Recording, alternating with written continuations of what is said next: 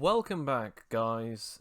Welcome back to another one of the Animite Tales or the Betarians podcasts. We are joined again by my lovely patrons as well as guests. Daddy Mothmaster, also known as aka Alfie, aka Legion. Alex, aka Obscuricon, aka Aspin. And of course, finally, really worked badly on the timing there. And of course, Sam, aka Every Bad Plan Ever. AKA, I have the plan, and it will work. More, please. This will definitely work, this plan. So, how's everyone's week been so far? Oh, pretty good, Yeah, I'd say. Yeah. So fairly no, eventful Good. given that we're stuck inside like hamsters in a cage. A great cage of life. I mean, we have had, as Like, usual, we have had traumatic experience with tabletop role playing. Absolutely. Yeah. This week we've had many of our different characters lose parts of them. I've just had Their that's really pride, their weapons, bones, Money, money. all the money. I mean, yeah, we have had quite a few bad experiences. Quite a few of them being mostly to do with characters making bad decisions. Personally, my character Simon Lime did a very silly thing and went off on his own with something else. But at the same time, we've also had avalanches and explosions. At some point, we'll probably have to do something where we actually stream the. Yeah, we these could, Please don't. I don't want people saying that's a stupid plan to me constantly. That's a stupid plan, Sam. I mean, that's a great plan. I'm accepting, but I work with these people. I don't need people to see this. It would be, it would be like The Simpsons. That like they'll just wait around you, Sam, and they're just like, he's about to say it. Say it. I've got a plan. Yay! It's that moment where you just go, I think I have an idea as to how we do. What did you say? I think I have an idea. No, say it. I have a plan. He said it. All right, yeah, we don't really care. We just wanted to hear you say the catchphrase. I think I have a hypothesis. I believe I may possibly have a hypothesis. But yes, most of the tabletop sessions that we've had this week have been quite traumatic. We've fought, I believe this week is the one that this is the week that we fought Jason Voorhees. Yes, indeed. We fought monsters from the abyss. We fought maggot-infested creatures, and of course, we fought our own hypotheses. But today we're going to be fighting for something much greater, which is Alex's approval on our questions in our subject. Momentarily, I had a couple I have a plan for that. I had a couple of things from last week's session. Someone actually asked me about something. I've actually got the question up here. Here it is.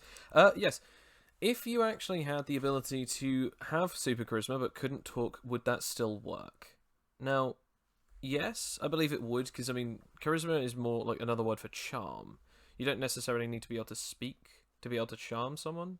I mean, body language tells us enough about a person. Sign language. Absolutely, sign language as well. Yeah, yeah, pretty much. I mean, you don't need to be able to actually speak a language, or even be able to speak, or even be able to hear someone to be able to actually convey charm. So yeah, and yeah, I genuinely believe that.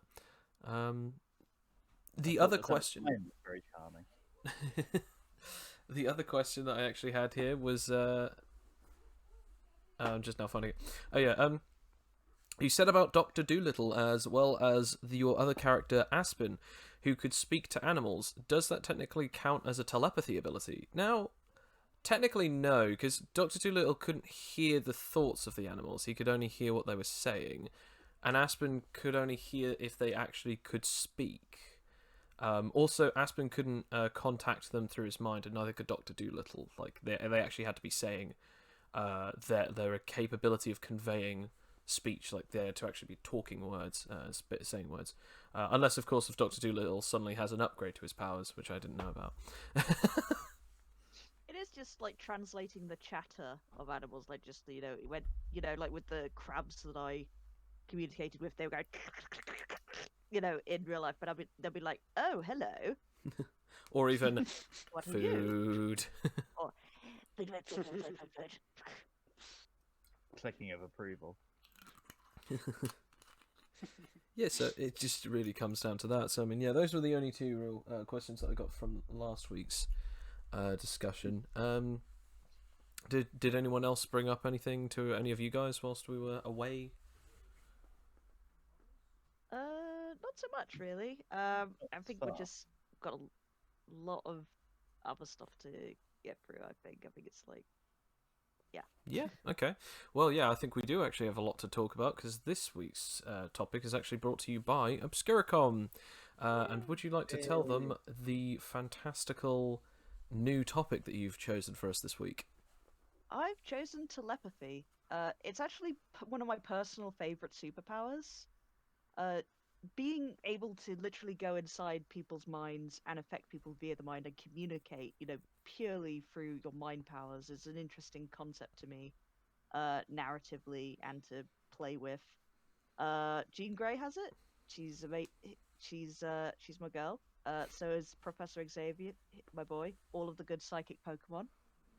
Judge Anderson from Judge Dredd. It's all just very. I like it because it's very versatile as a power, and it doesn't really. We've talked about super strength, which is like a body power, and we've had super charisma, which is a social power. I wanted to talk about a power that is primarily of the mind, and not necessarily overpowering people, but accessing things.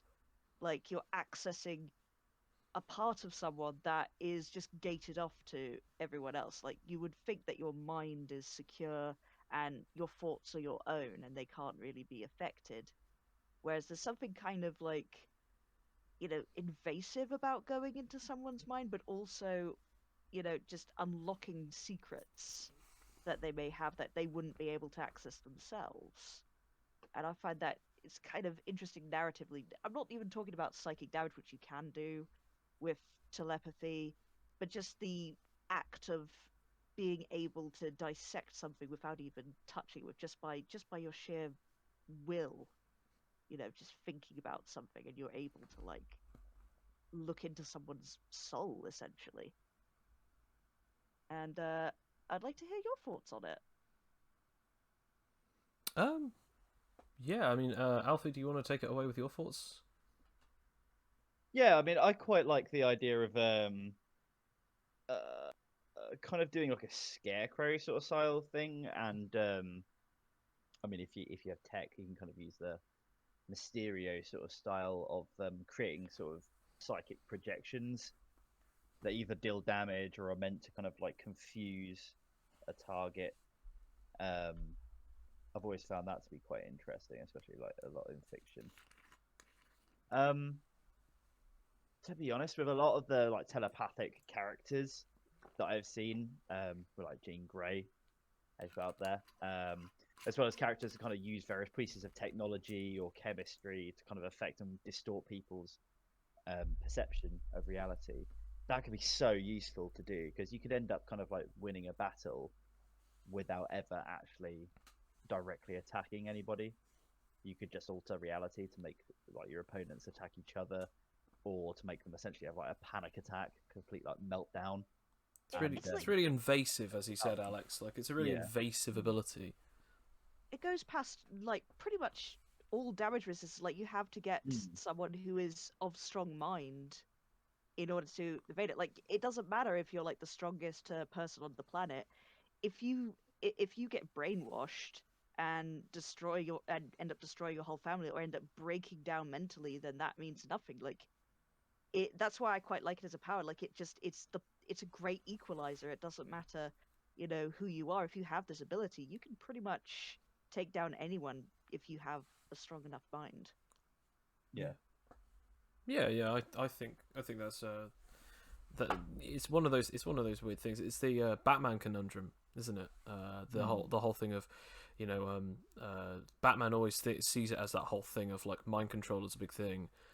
There's that one scene in I think it's called Justice League Doom or something, Oh God, yeah. and all of them are saying like, "Oh, so you think that any of us would turn and he goes, or succumb to mind control. I thought it was a possibility. It's like, I mean, all of them could get as defensive as they wanted, but literally every single one of the people that were in the Justice League arguing against Batman, every single one of them has a rogues gallery that has at least one of them on that opposite team who has the ability of mind control. Because it's like, I think it's like Puppet Master from like I think it's from either Batman or Superman. Then obviously you have like Magenta, and I think there's also another one like some other villain. Gorilla Grodd, yeah, from the Flash, and then there's quite a few different ones that actually affect mentality. Batman has like 5, yeah, but like a lot of things about the spectrum of mentality comes into play as well with what's his name, Green Lantern. So I mean, like, you know, it is definitely not necessarily always stating that it's mind control, but mind control abilities are some of the most dangerous, and like even Batman has to actually say, like, I'm not saying that you'd turn, but I'm saying that there's a possibility that you'd be turned against us with or without your consent. That's how powerful mind control is. I'm not saying that you guys are going to turn evil. It's not that I don't trust you, it's just that I don't trust the situation of the world we live in. Very much fair enough, especially in that Really in that scary. world. It's actually, yeah, it's generally, it's another thing I thought about is that quite a lot of telepathy-based characters tend to be villainized or become villains because they have that ultimate power. Not to say that it happens all the time, but quite a lot of telepathy characters, because they have that power to turn anyone against them and to pretty much be, immune to a lot of control because of the power of their mind. They can easily just use that power for evil, or they'll be at least very useful to evil. Yeah. But sorry, Alfie, as you were saying, like Yeah. creating illusions and messing with people in that way. Sorry. Yeah, no, I feel like it's really it's an invasive ability because you can find out a lot about somebody, but it's a lot more than that. It's a lot like finding out sort of their deepest sort of fears, their deepest like desires and wants, and kind of finding out a lot more about them. And then you can kind of use that information to craft the perfect antithesis to them. It's very much it's the beauty of kind of turning one's own psyche and one's own mind against them, because that's the thing that we've seen. I mean, we were talking idly about Superman earlier on, and I think for all of the characters who've gone up against Superman, some of those, I mean, apart from obviously Doomsday, a lot of those that have done the most damage against him haven't even used kryptonite. They've either used some form of magic that manipulates mind, or some form of mind control or mind altering or perception altering substances, especially in the Injustice comics as well. I mean, that whole thing started out due to like sort of perception warping substances and abilities. Although in the So I beginning think of in Injustice, doesn't he use a kryptonite laced Joker toxin that Scarecrow. makes him Scarecrow stuff that makes him hallucinate the worst fear? Yeah, and he makes him hallucinate Doomsday because that's like the one person he can go up against and easily lose in a hand-to-hand fight, and basically like swaps it over with Lois Lane. It's kind of yeah. Oh, sorry. I was just gonna say that it's kind of tapping into our fears again about like losing control over ourselves and our mind. Like you keep thinking of messing with the mind and not being in control of our own self. But I'm thinking that's really cool if we had it, but if it was done against us, then it would just be so terrifying, and that's like the last thing that we ever want to happen. And I think that partly comes with the fascination of telepathy and telepathy-based powers.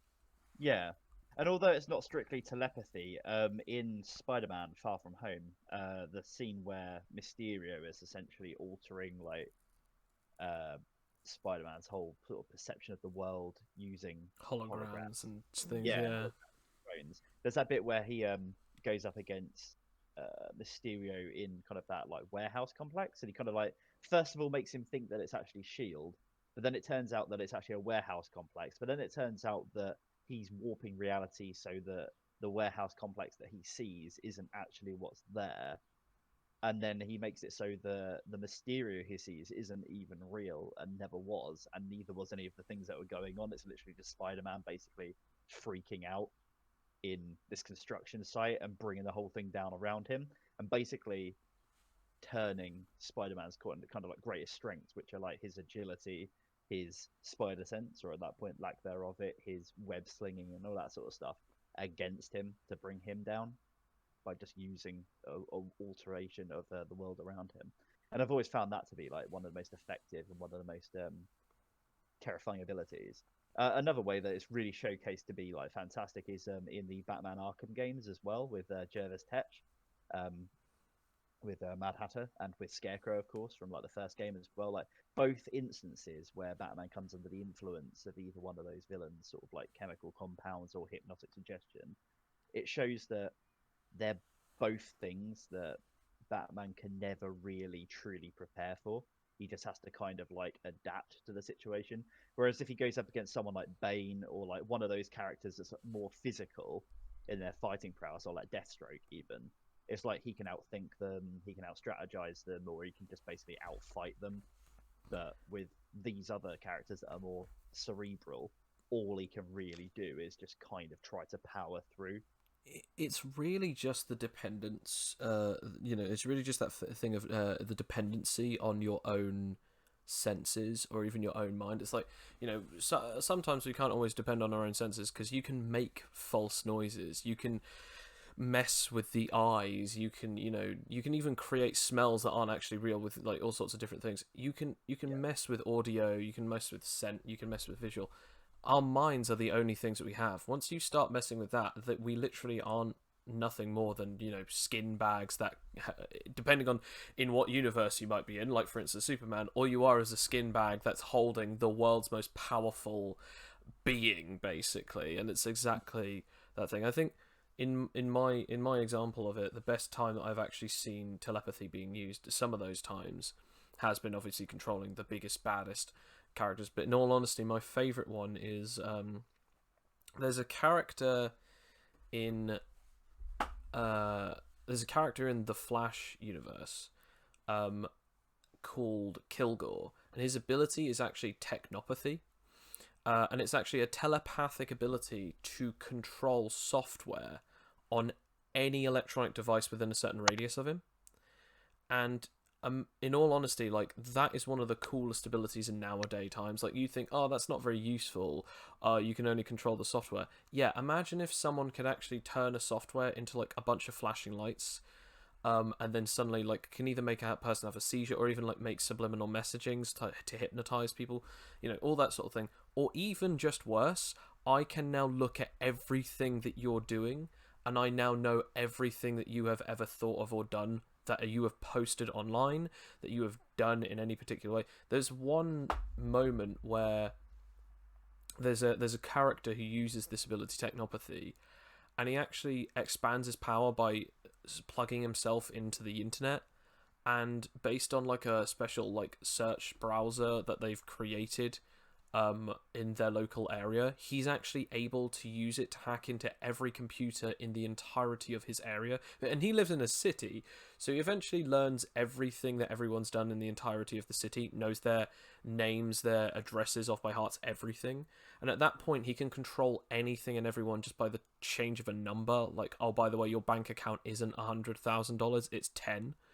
Or, oh, by the way, the text that you sent to your wife is now sent to a random girl. That girl then sends the text to your wife. Now you're in trouble. And it's like, again, like, all it takes is one small alteration, and you can now completely mess with all of reality, because that we work so heavily on technology that you could go like, obviously the obvious one is someone goes into someone's history and goes, look, they're looking at all of this embarrassing stuff, I can get them done for this. But in all honesty, if you think about like changing just the smallest things, you could really alter everything around you. Like turning off the lights in a person's house, suddenly freaking them out, and then turning them back on. Like, especially in certain like gun wielding countries, you could make people so much more paranoid. And we also have like machine operated technology and machine operated weaponry. You could just mess with all sorts of things. But Yeah, I think technopathy is one of my most favorite abilities because it is literally telepathy,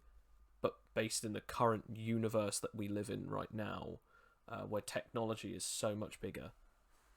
And does it work taps really into our to more anxieties of that of cybercrime. And I mean, imagine. I mean, we don't even have to imagine. You know, you have hackers in real life. You know, they Yeah. don't have this instant ability, but they've ransomed people's lives and like, you know, shook down entire companies because they have like some incriminating information, or somebody trusts the wrong person and then they end up leaking all of their information. I mean, if you were to have technopathy, you could be, I mean, provided that you were yourself anonymized and nobody could get to your location before you know, did the dirt, you could like ransom entire hospitals if you just say we're going to cut the power to this hospital and the emergency power unless you give me like this amount of money.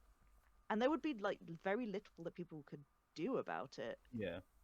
Especially since I've had to deal with like, scammers and cybercrime of people like, doing that, and people like, having their fears preyed upon and like saying, okay, fine, I'll give you some money or whatever. I think It's everyone like, has been at some point scammed by something or someone, but imagine if it was exactly. a much bigger thing. I mean, like, I know that I've had like that whole thing of I've seen it and it's happened to me when I was a kid. I'd play like Xbox and I'd suddenly be on a game or PlayStation, and I'm suddenly online and someone goes, "Yeah, if you drop this item, I'll give you this much better item," and then you drop it and then they run off. Or Yeah, use it to kill you. Well, What? No.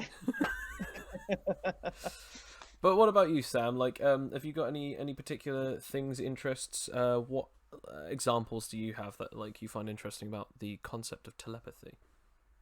Well, to go back on all of the points so far, it has been a fear since even ancient times, because that's what happened to Hercules, is that he got his mind warped by Hera and Ah. killed his wife and child. So Alex's point of even the strongest person can be manipulated has happened, and that's why he had to go on the labors. And Yeah, for your I forgot point about about the Justice League, again, that happened in, I think, the Teen Titans versus the Justice League, It does, yes. Trigon. where they get controlled by Yeah. Trigon. Yeah, ah, so good, so good. So they can be manipulated to do evil. But And that's exactly the tech- thing. The difference between superpowers and magic. Either way, if they still work the same way, they're still just as terrifying. Indeed. And for the technopathy one, that is a Twilight Zone episode. I think it's called like The Monsters on Main Street, where these aliens pretty much just begin turning lights on and off, and people go into a frenzy because they think everyone's an alien, but there is no aliens on the ground. It was just to show that humans are incredibly willing to shoot each other. Wow. Yeah, it was a great Oh, episode. Twilight It was Zone's just to so show us good. how paranoid people can be. I mean, it makes sense. We are a very paranoid people. I mean, yeah. And I kind of almost think it has a stigma, telepathy, like necromancy, where it's almost kind of construed that it must be a somewhat evil act because you're going against someone's will to go into their mind. I mean, usually. Exactly. I mean, So it's- yeah, same with necromancy in that, you're sort of, it's taboo, you're going into an area that you shouldn't that you should go in, even if you are doing it for good reasons. It's like you shouldn't cross that line. I mean, that's the question, though. Like, the differences between, like, automatic activation and actual on-purpose activation. Like, for instance, like, if you can't control it and you can just hear everyone's minds around you, you can constantly keep hearing it. You don't want to, but it happens. Versus, like, someone who has the ability to, like, like, say, for instance, necromancy. What if there was a kid who kept resurrecting the dead around him, but he can't turn it off? Like, then would those two things be equal stigma? Because in all honesty, if you saw someone who was walking around who just had a zombie army, it's like, oh yeah, no, they don't bite or kill or attack, I just can't, like, anyone who dies around me, they just get resurrected and I can't stop it. And it's like the same thing as like, oh, by the way, I already know what you're thinking. And it's like, wait, what? I can read minds, I can't stop it, I wish I could. Like, either way, you wouldn't be able to trust either of those because only the wielder knows if it's true or not.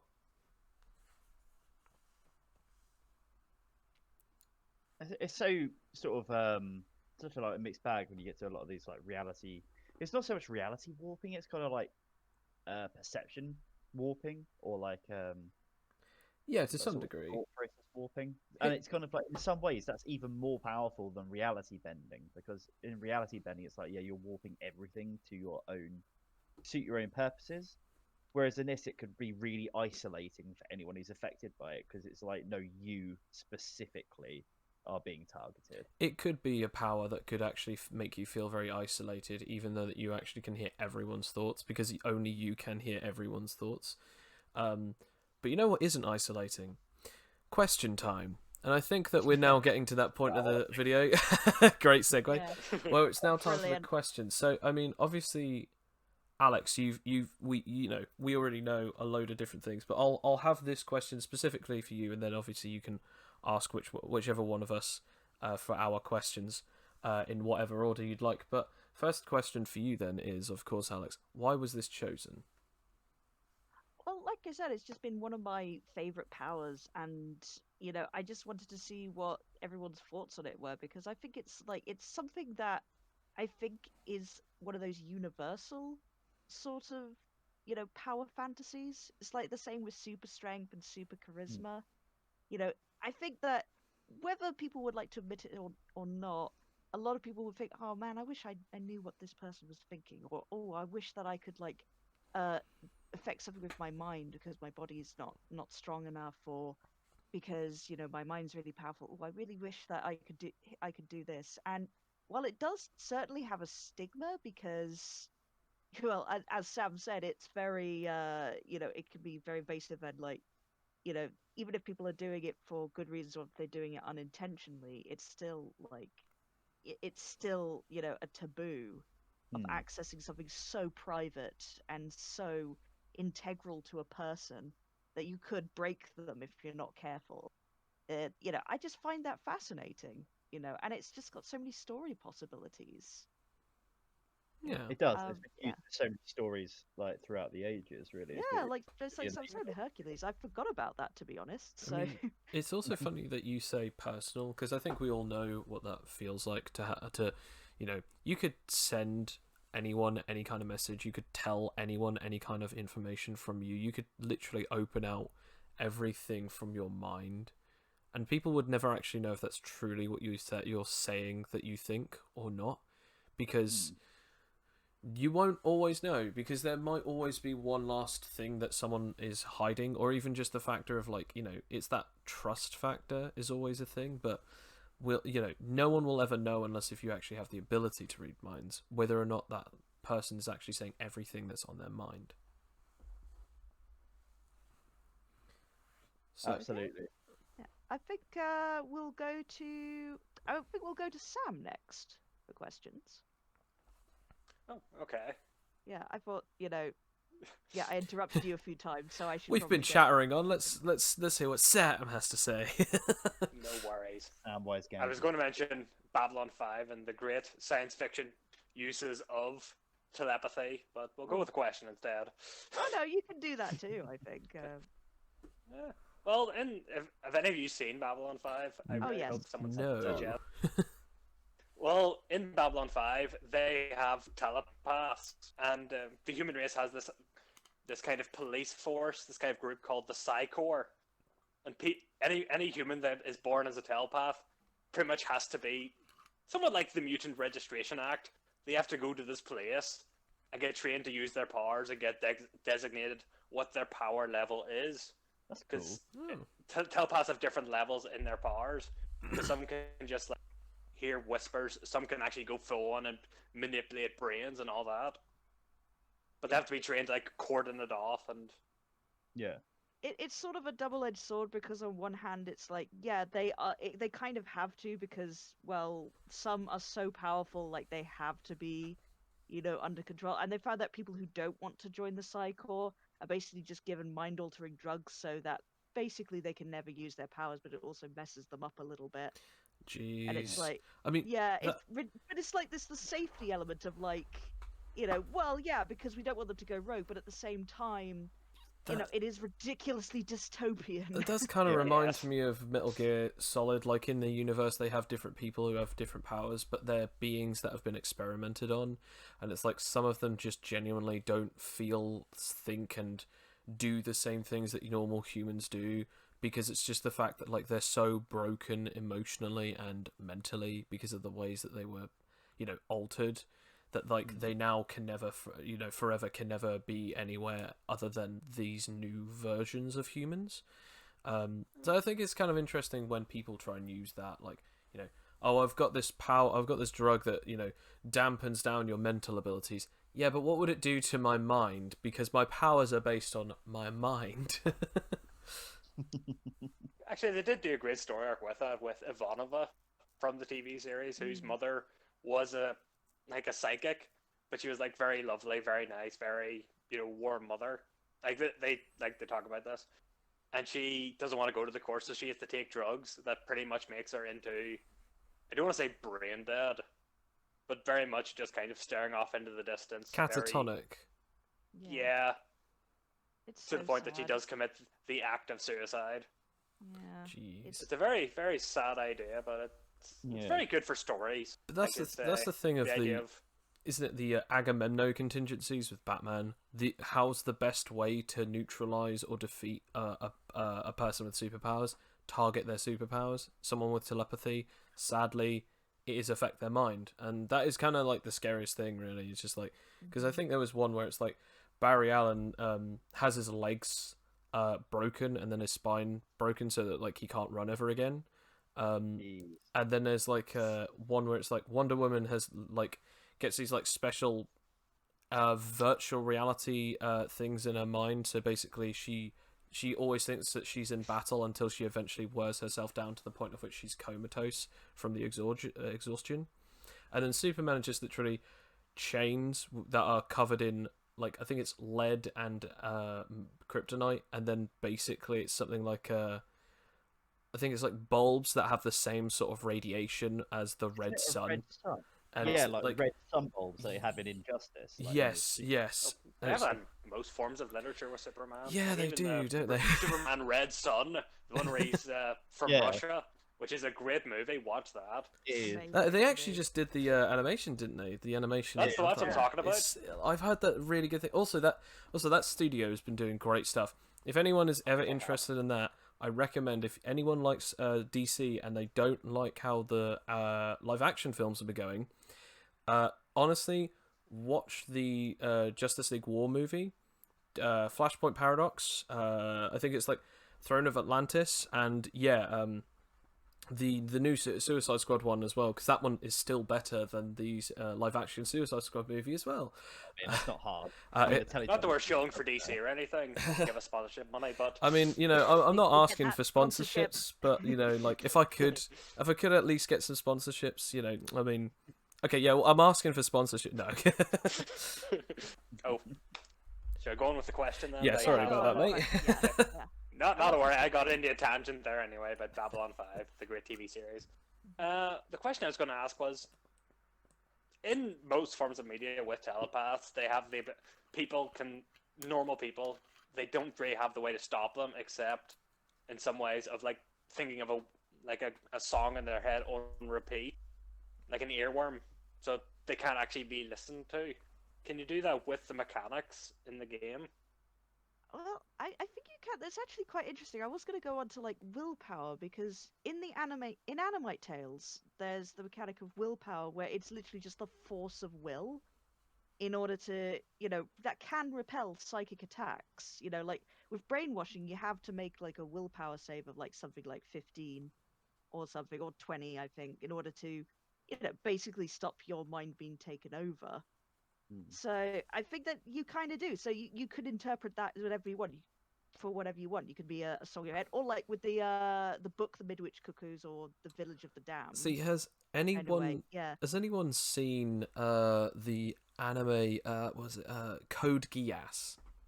Yes. currently Yeah. started it, but no. There is a It's great. character who can read minds, and there is a moment where this guy's trying to think of 7 things at once, and he just goes, I've had the ability to passively read minds uncontrollably since the age of 8.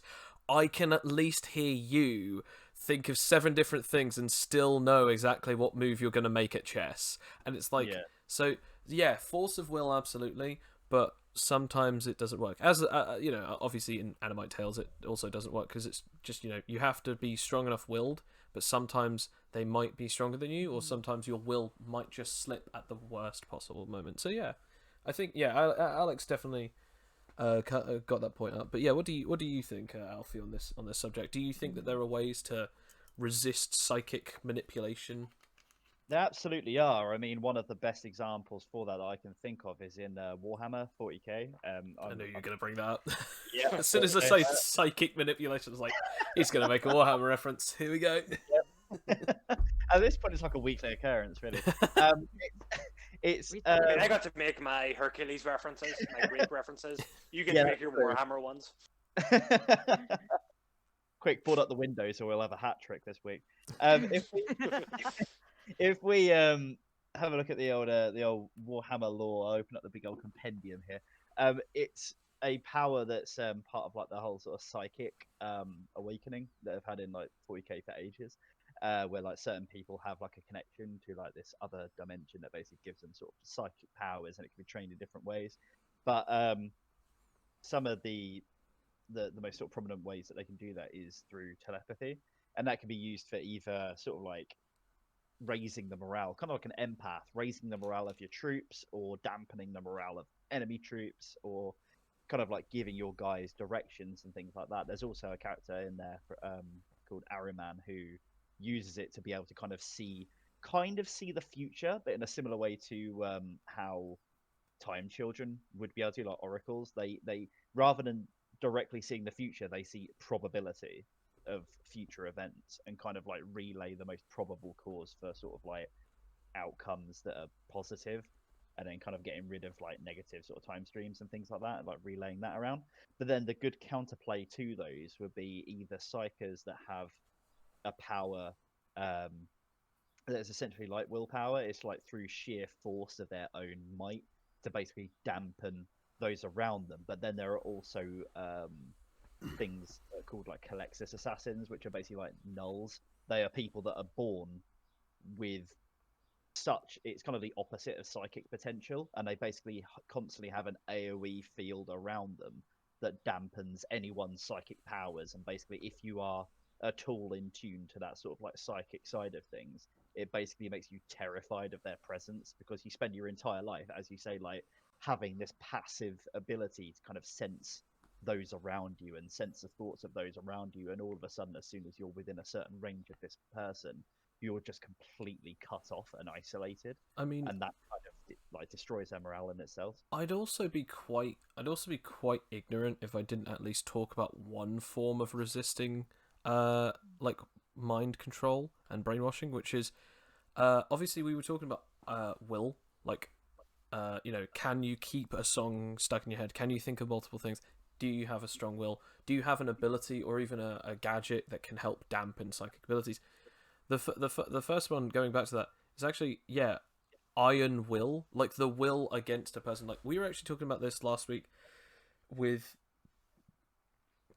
super charisma. The greatest weakness to super charisma could actually be its greatest power. And actually this actually goes really well with this. If you have a particular disposition against someone and you know that they have psychic powers, could you perhaps be more resistant? Like, for instance, like in Shadow of Mordor and Shadow of War, you actually have the ability to dominate orcs by basically like using the power of your magic to mind control them and eventually brainwash them. But if they have this perk called Iron Will, they literally resist your magic, and it's because that they either hate you so much or they are way too loyal to a particular thing that they just cannot be affected. And so, like, that's kind of the last thing that I have to really say about the willpower thing and the sort of resistance to that. But yeah, I think that kind of ties in quite well, because the whole concept of, like, similar to charisma, it's like, you had this thing that was your greatest ability. I know that you have it, and therefore I'm slightly resistant because I know that you have it, and I know sort of what I need to focus on. So it's kind of a bit of all three. Knowing their abilities, getting something stuck in your head, and using your sheer will to keep it there as long as you can. Yeah, I mean, it could be. It's essentially using your own mentality to pretty much say no, or like deny any sort of like mental effects Yeah. that they're going to be having on you. Or like over like in there's like the whole trope in like snapping people out of mind control, that you introduce something that's really important to them to snap them out of it. Like have a main character say, "Please, I know you're not like this," and stuff like that. And Believe. believe, yes. Yeah. Or kiss them, you fool. That'll work. I mean, yeah, that's another one actually. Yeah, actually, yeah. How did we Yeah. all Or miss could have been that one? That's like the biggest tropiest one of all of them. Yeah. Actually, what I was thinking of because I just read this quite recently, the RoboCop versus the Terminator.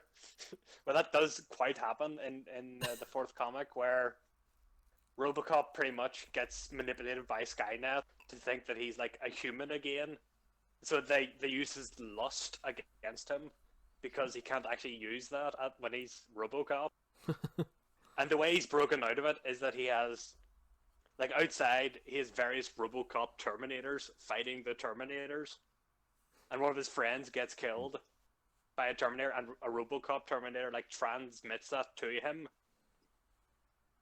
And that's when he realizes, like, the Skynet says to him, "We are eternal, can you not see? Even a puncture will kill them." And then he realizes, "You are junk," and then succeeds his will save, so to speak. So, I love looking at films and like other media and just thinking like, yeah, that's a willpower save just immediately. Yeah, it is. Oh, that character failed the saving throw. And it's just or like some... here's the question: is it a tech save? Damn Is it. he more tech than man? Actually, Oh, technically no. speaking, at that point he was, because there was no human part. There's no human element of him. He was just all code. Humanity was a code at that point. Fair enough. That's really cool though, because you could literally have a cybernetic that is made like a mental cybernetic that Technopathy. basically takes over Yeah. when you're kind of attacked in terms of like willpower there. Like, I mean, without sort of technopathy, but you can have like some kind of tech. So if you're a cyborg and some like Software instead of willpower. It's like your software has got firewalls, and it's like the stronger the firewalls, the more willpower you have instead. yeah, or it turns over to the software. So like, oh no, my brain is being like brainwashed. Cool.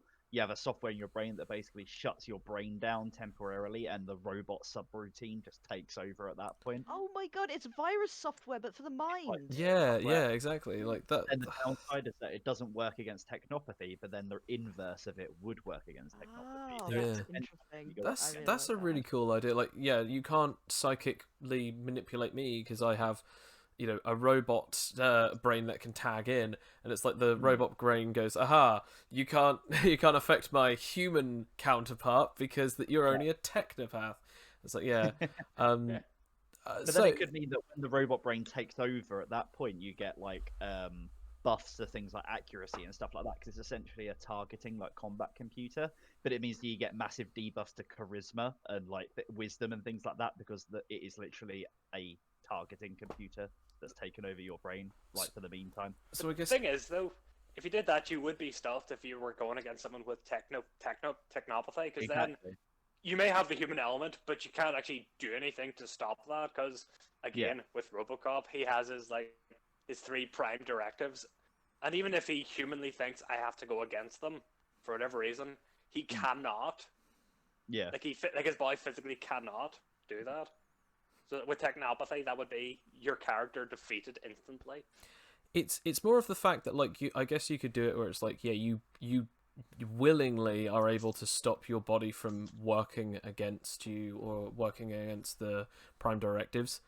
But because of that, it's like, yeah, your entire body is shut down. It's like, okay, well, I'm not controlling him then, I guess, even though that he might be the most powerful in the group.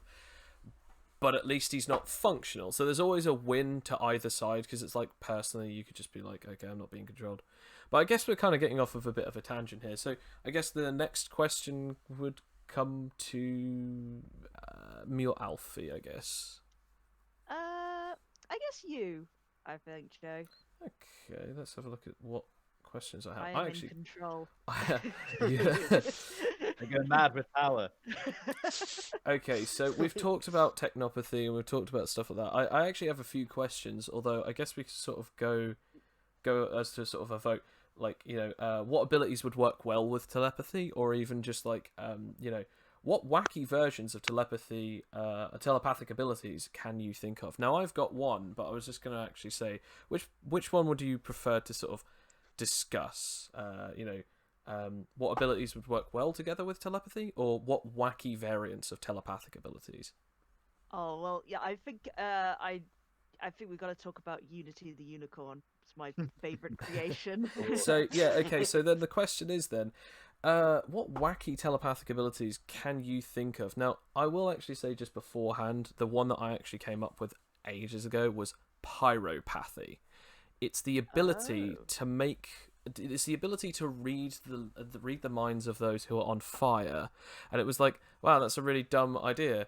Or the abilities to read the minds of like a fire that is actually living, or fire mimicry, but it's actually also the ability to make people believe they are on fire. Oh no! And the ability to make people believe they are not on fire when they are. So it's like these abilities that, like, are really, wow, these are really particularly specific. But imagine if they were all together. Pyropathy, the ability to make people believe they are or aren't on fire. And it somehow works really well. It would just be mass drownings everywhere because everyone would jump into the sea. I'm still on fire! It's still not working! Or better yet, just drinking a cup of tea as they're on fire. Yeah. Yes, because they don't know. Yeah, exactly. This would be so Sitting in a coffee shop on fire. Everyone's running away from him. Hello. I mean, I could have sworn the quarantine said it was okay to go outside, but people will be people. Not that bad, do I? Yeah. Just Try a shard a day. Just that moment of just like, oh man, this table is awful. It's all browning and blackening. Is that mold? Oh no, wait, that's char. That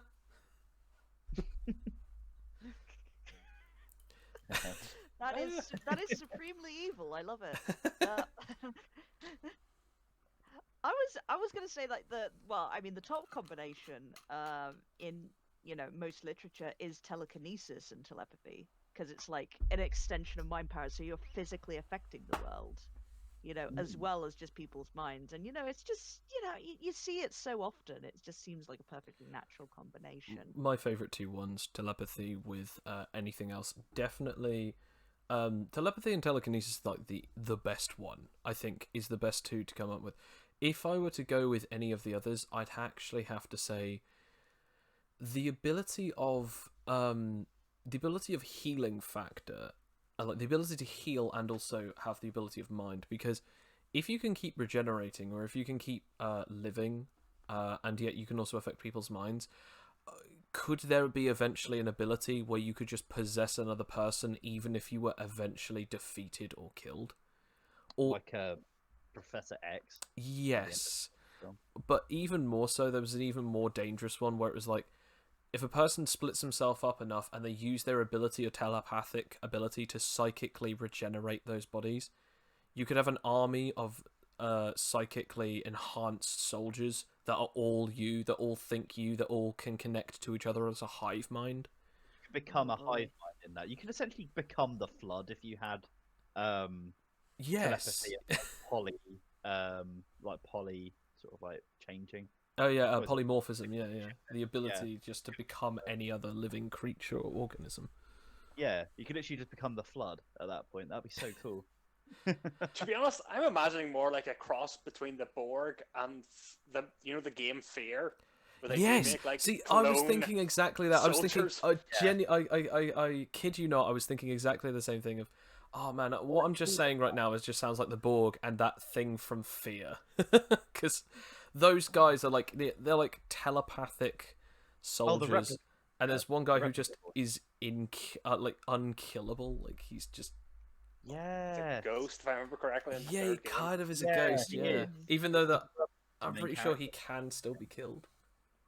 He Paxton Fettel, yeah, he got killed in the first game, I'm pretty sure, like at the very beginning of it. But then it turns out because he was psychically linked to all of these soldiers, he lives on as a projection, a pure psychic projection that is essentially like a ghost.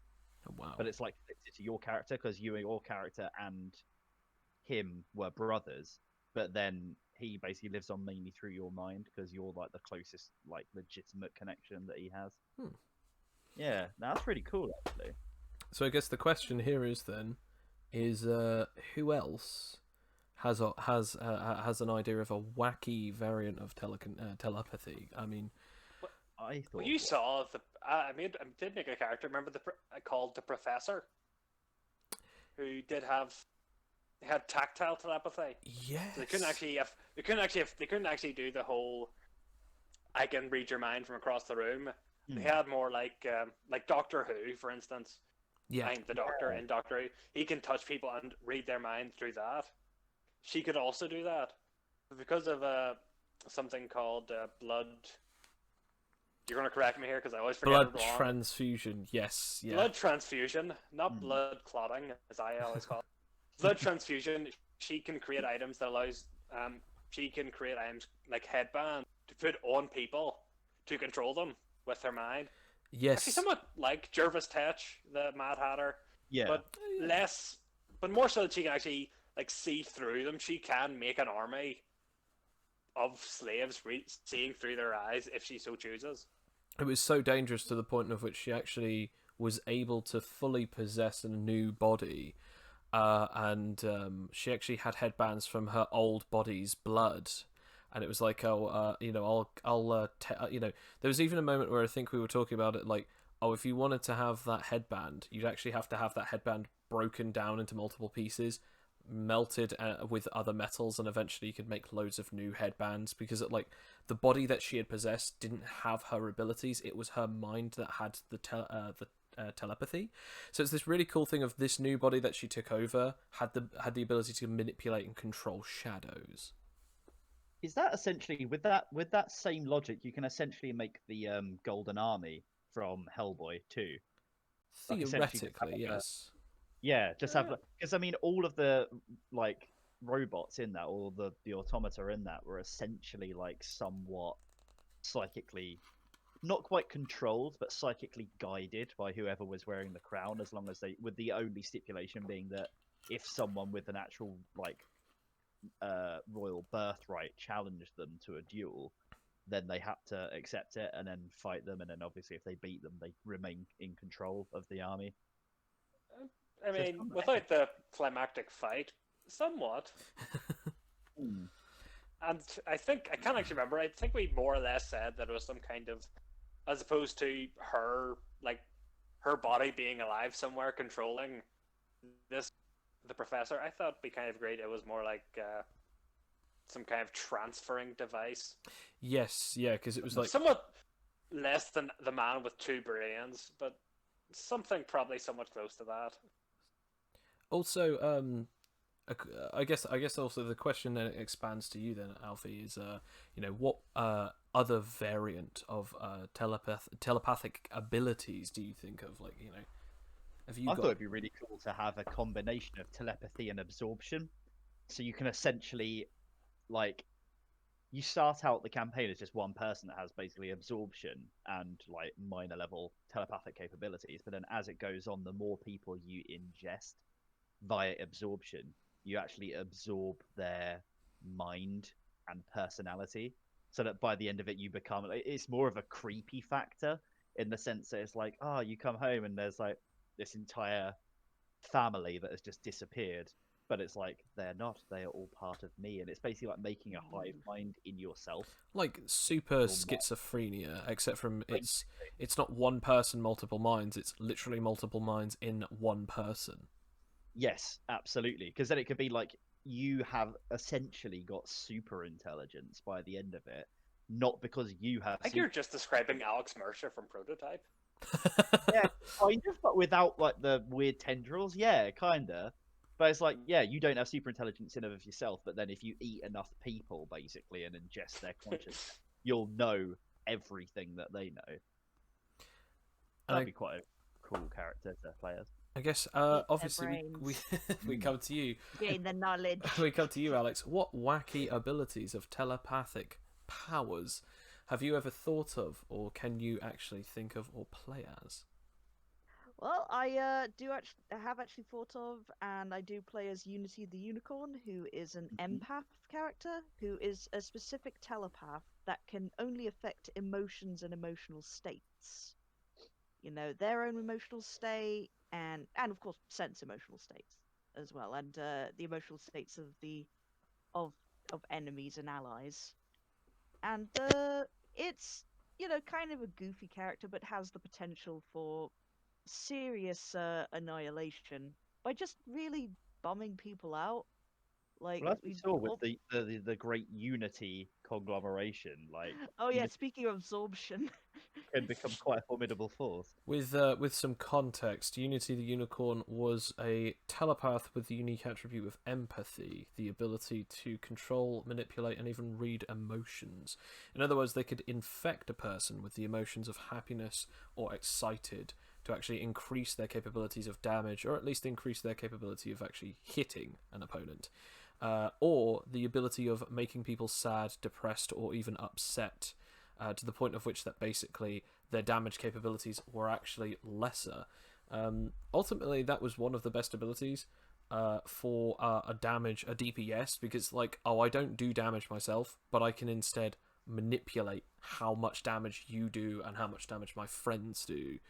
And ultimately, it's a really good ideal. Like, that's a really good ability, but as a story, like how it could work as a story is really well, because it's like your character could literally understand whether or not a person is feeling upset and even use their abilities to make them better. But I guess, again, going off of the stigma, are you technically altering them to force them into this happy sense by creating sociopathic people? well, this is the thing, because we do have a mechanic. Well, like one of my powers, which is in place of brainwashing, because I want brainwashing as an actual as a power for empathy. It didn't really make sense.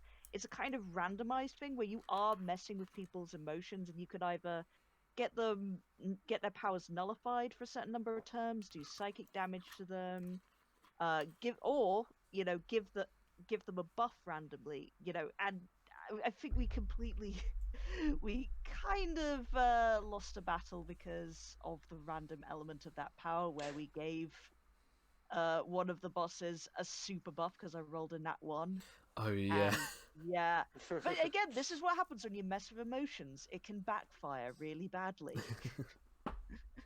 So that was kind of my conceit on that. That's like messing with emotions is nothing to really trifle with. And I only really use that power to, in desperation sometimes. But if I could get like above a 25 or something, I think I'd be able to choose the buffs. But anything below that, it's like completely random and can go south really quickly. I think going on to one last thing about this wacky ideals of telepathic abilities, and I'm really surprised that a particular someone didn't actually bring it up. Chronopathy, the ability to be able to see or sense time, reading basically it through their mind, literally being able to create the concepts of time through their mind. So in other words, like literally just like a mind's eye, but for time, so they can see into the future, see into the past, and that's actually an ability that Legion has, but also it's an ability that all time children have, the ability of time sense. They can see what happened in the past on this particular area, or on this particular object, or on this particular person. Oracles get the ability of seeing in time forwards. And finally, like the time stoppers, in fact all of them get the ability to sense stopped time, as well as sort of sense whether or not a person has jumped through or manipulated time. So like all of them can sense time distortion. So it's like, okay, time has been messed with, someone has like stopped it or gone forward in it, or jumped backwards, or even like created a time clone or something. So in this area, something really sort of time distortion-y has been going on. So I mean, that's kind of like chronopathy, like the ability to actually sense chronopathic distortions. I'm really surprised. So again, like Doctor Who then. Yeah, exactly. 'Cause Like he has that ability. he can smell, like I suppose, like he senses or smells strangities in the time stream or something. Like it was something weird. Yeah, Pretty much, he can just kind of. It's like I think it's like his sixth sense that he can just kind of sense time. It's one of those kind of foreign concepts that's I think it's very hard to kind of put down. As he knows exactly what day, what time, what place, but it's and various other bits and bobs just by being there. Yeah. And of course, I have to mention, speaking of that, one of my favorite characters, Madam Web, Oh yes. who also has the ability No. to see through time and telepathy, of course. So the last obvious bit of this section, the last segue, is of course, can it be? Is it in? And does it work in Animite Tales? Yep. Yes, It really yes, does. and yes. Yes. It is already in there. It does and can work, and we've proved it multiple times. I'd say the only thing then is just the last thing of how it works. Loads of different ways, in all honesty, but one of the best ones is if someone has it, there's an ability called Mental Link that you can get, where literally meta knowledge is basically possible. Where like you go Mental Link, and it's like, say for instance, like you're not even in the room, but you're within the radius of the telepath, and it's like, oh, by the way, you should come over here, or oh, by the way, we're having a fight and a battle and we're doing this, and everyone's laughing and having fun or whatever, and it's like that character can still be in the know without it breaking the sort of the law of the game, because it's literally that person's powers are to sort of give off those informations. But even further, like if someone says, for instance, like, oh, I have this ability, it says as one of the rules is the player or the narrator cannot lie if the user of this power is reading their mind and trying to find out a piece of information and they fail the roll to sort of resist it. Yeah. And so it's that whole thing of you're using this ability, I'm literally reading your mind. If you don't know this thing to be true, then fair enough, but if you do, then I will know it, because the power literally cannot allow for it to unlie. And it is kind of like scrying information.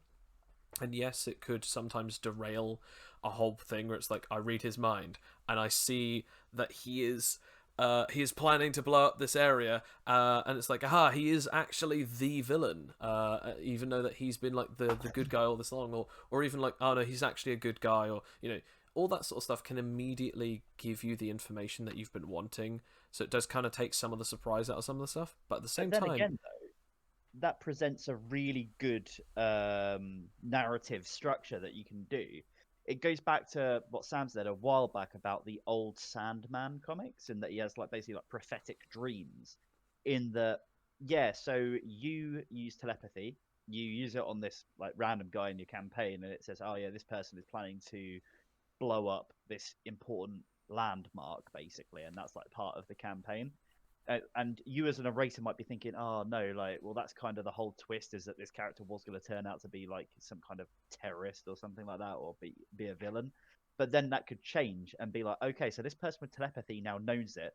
Not only do you now, the telepath, have to convince your entire party that this person who up until this point has been nothing but nice to everyone, that they are actually evil, but also you need to kind of find a way to get proof that they are going to do this, to then take it to the authorities. Because if someone with telepathy goes to the authorities and goes, oh yeah, by the way, this guy's going to blow up this landmark, they're not going to just be like, oh okay, I guess we believe you because you have telepathy. It's like, yeah, but your mind could have been altered, like all this other things that could be taken into account. So it could actually produce some really interesting plot points of kind of making it like kind of like pseudo detective sort of story for a little while. Yeah. I guess the question for all you guys is like, if you actually had telepathy, I guess this question actually doesn't go out to you because I already know the answer, Alex. If you actually had telepathy, with the characters that you've actually had a telepathic ability with, would you choose another telepathic ability? And if so, would you try and see how it works normally, or would you try and tweak it and have your own abilities for it? And if so, what would you go for? I mean, for the characters that I've done at the moment for telepathy, I've kind of made a few different characters that have all the kinds of telepathic abilities that I would love to do. I've always had such a massive sort of like inclination towards the spooky aspects of telepathy and just everything in general. Anyway, I'm a bit of a horror buff, but like things like Scarecrow, Mysterio have always like really attracted me. So if I had like a character that could do that, I'd really lean into the reading other people's minds to find out what makes them tick, and then using illusions and like altering their perception to really make them believe certain things, either for my own gain or to their detriment. What about you, Sam? I was thinking, I suppose I'd maybe, if I was going to be, it depends on the situation, of course. If I was going to be an evil person, which I suppose I would be if I was going to choose telepathy, If. I'd probably, yes. Again, it's kind of one of those things. You're a necromancer, you're a bad guy, you're a bard. Let's be honest, you're going to be a horny guy. As with mind readers, you're probably going to be a biddy. The way I would probably attempt to, I suppose, to manipulate people's minds, and I'd probably attempt to make kind of split personalities in people. So one of them would, like, whenever I told them to do something, they would do it, and then whenever they'd go back to the normal person, they'd forget about it. Just think, oh, I disappeared for 5 minutes. You'd pull a would you kindly Ooh, on it. I don't think. I'd pull more like, Mr. Negative. I was gonna say, like, you could actually call it your own ability. Like, he's called Mr. Id, or even like his ability is just called Idpathy, where it's just like I can literally create a new personality in you to do these things. It's like brainwashing, but it's only temporary. It does things based off of like maybe your greatest vice and your greatest obsessions, and then like they come back and it's like boom, and you're back in the room. Can't remember anything, and they cannot because their brain is like not recording that information, and it's like awesome. Something like Dr. Jekyll, Mr. Hyde, almost. Yeah, exactly. Yeah. Yeah, I can just create people to be evil. Or, dare I say it, the great ending of Batman versus Two-Face, if you've seen that film yet, which I don't think you've had. I don't believe I have, actually, no. Where Two-Face pretty much makes everyone in Gotham Two-Face for a bit. What? And they all just go on a riot. It's hilarious. It's worth every penny. So... Again, not shilling for DC. But I wish I was.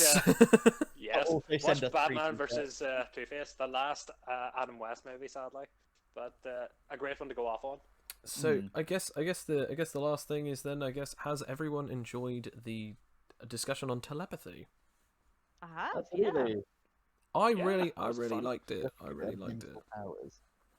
The questioning was also good. Also, hopefully the listeners would actually prefer the way that we've sort of structured this, because we tried to have a little bit more of a structure to it rather than trying to interrupt each other every time. But obviously, we all have a lot of exciting things to say, and obviously we just want to get them all out there. But hopefully everyone's stayed tuned long enough to actually sort of put up with our messiness, but I feel like that kind of gives it the organicness. Our need to make references to everything that we know all the time. But actually, best for was there's no One Piece one this time, so I mean, I was actually going to say there isn't actually. I don't think there is actually. Wait, no. Okay, here we go. So there is actually a character who has the ability to turn people into toys. Now that doesn't seem telepathic until you find out that everyone who ever knew them forgets them indefinitely. Whilst they are a toy, they will never remember who they are, who they were, what they were. Everyone just forgets them. Actually, makes me want to say one last reference then to that. Speaking of toys, when they turn them into a toy, the user has a chance to also entirely make them subservient to the user of this power. Now, there are only, like, in the series, I think there's only a couple of people that actually do, but there's one person who literally, like, he gets turned into a toy, and the thing is, at first he's telling everyone, he's telling all of his family, don't go out, because every one of us are being hunted. I'm going to go out and get some food. Don't go out, I'll go and do it. He goes out, and then later on he gets attacked, and then he gets turned into a toy, but he gets to run away, and his wife goes out shopping for food, and then he realizes, no, I told you not to. Oh, you forgot me. and she gets shot. And as he's holding her, she just goes, "Who are you?" And it's like, "I've got a daughter. I'm a single, lonely mother." And it's like, "But I'm," and he's holding her as she's dying. He's like, "But I'm your husband. I'm your daughter's father." And it's like, "I told you not to go outside." And then she just says like, "Oh, you need to protect her. I told her to stay at home," and she again doesn't stay at home. He does save her though, but she doesn't remember her father at all until like it's like 15 years later, and they finally defeat the toy maker. Basically, she gets knocked out and all of the toys become human again. Everyone remembers, and it's just this amazing moment of like, wow, that is a very powerfully semi-telepathic ability. I was going to mention in one of the Teen Titans episodes, for those that remember that TV show, there was I can't remember what it was called, but there was a puppet that could essentially rip people's consciousness out of them and put them into puppets. I think he's called the Toy Maker. I think, Yeah, I think or that could be it. Game Maybe. Face. I think. Sounds about right. It's something like that, but he could essentially remove people's consciousness, put them into puppets, and then take over their bodies. Yes. Ooh.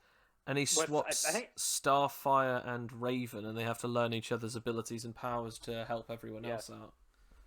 Great bit like- episode. Such, Great a TV good, series. such a good episode.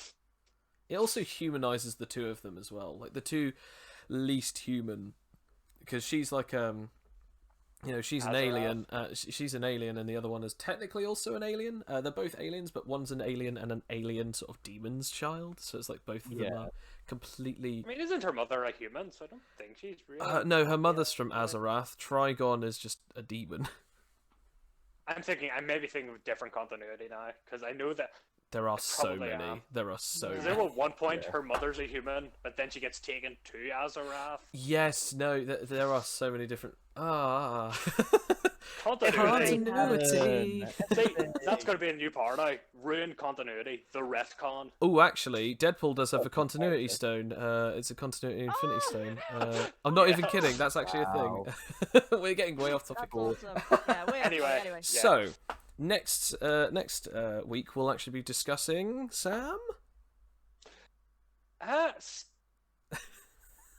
Can't remember the word now. Speed physiology. Speedster physiology. Those are Speedster. words. Speed. The ability Yes, to be fast. And Joe can mention his favorite character. I can, and I'm not going to this week just because that I have already, and I think it's time that we save it up. But yes, the ability of super speed, whether it be running really fast, moving really fast, or everything around you existing very slowly compared to you, speedster physiology. If anyone has any questions or comments for this video, obviously put them in on the comment section on YouTube or on Patreon, as we'll be posting them both on there.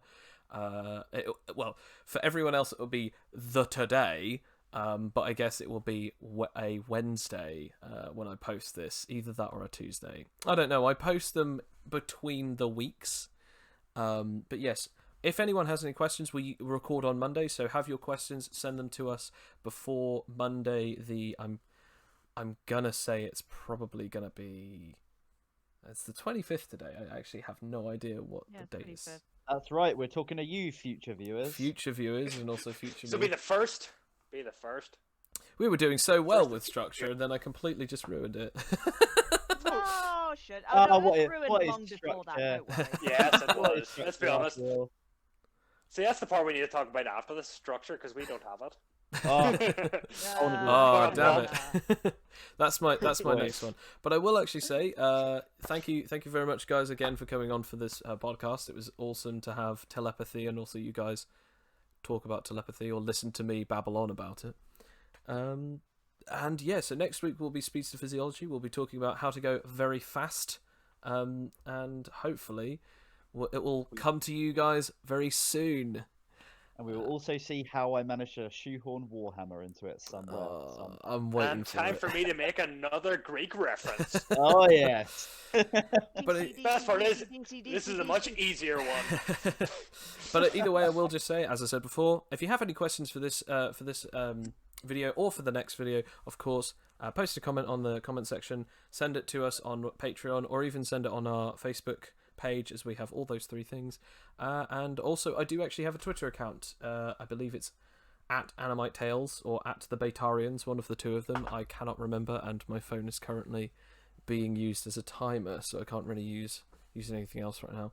But anyway, thank you guys again for joining us, and thank you for listening in, and hopefully you enjoyed the discussion this week, but hopefully you'll also enjoy it next week. And thank you very much. See you around, Space Cowboy. Bye, everybody. Cheerio! Goodbye, everybody!